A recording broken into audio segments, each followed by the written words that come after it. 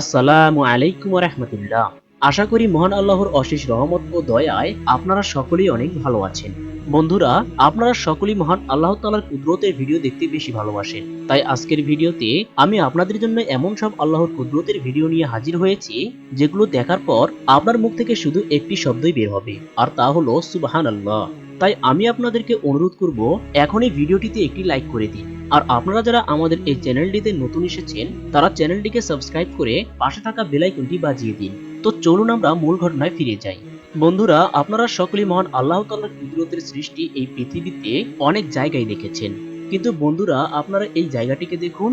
মহান আল্লাহ তাআলা রব্বুল আলামিন তার কুদরতের দ্বারা এই জায়গার গাছগুলোকে কতটা অদ্ভুতভাবেই না সৃষ্টি করেছেন, যা আপনারা এই ভিডিওটিতে দেখতেই পাচ্ছেন।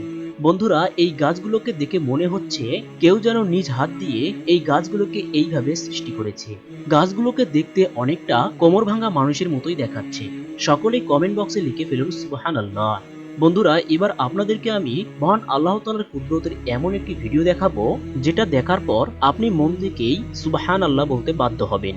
বন্ধুরা, পাহাড় তো সকলেই দেখেছেন। পাহাড় দেখতে কেমন হয় তা আমরা সকলেই জানি, কিন্তু মহান আল্লাহ তাআলা রব্বুল আলামিনের সৃষ্টি এই পাহাড়গুলোকে দেখুন, সুবহানাল্লাহ। বন্ধুরা, আপনারা এগুলো কি দেখছেন? মনে হচ্ছে বুঝতেই পারেননি। বন্ধুরা, এগুলো হচ্ছে পাথরের পাহাড়। মহান আল্লাহ তাআলা রব্বুল আলামিন এই পাথরগুলোকে পাহাড় হিসেবে সৃষ্টি করেছেন। তাই তো বিজ্ঞানীরা এই জায়গাটিকে নাম দিয়েছেন স্টোন ফরেস্ট, সুবহানাল্লাহ। বন্ধুরা, এবার আপনারা মহান আল্লাহ তাআলার কুদরতের একটি মহিলাকে দেখবেন, যিনি কিনা মৌমাছিদেরকে কন্ট্রোল করতে পারে। তো দেখুন বন্ধুরা এই ভিডিওটি।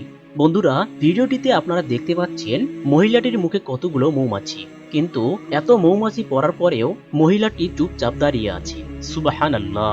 নিশ্চয়ই মহান আল্লাহ তাআলা রব্বুল আলামিন এই মহিলাকে মৌমাছি কন্ট্রোলের ক্ষমতা দিয়েছেন, নয়তো এই পৃথিবীর কারো দ্বারাই কখনোই সম্ভব না এরকম ভাবে মৌমাছিকে কন্ট্রোল করা।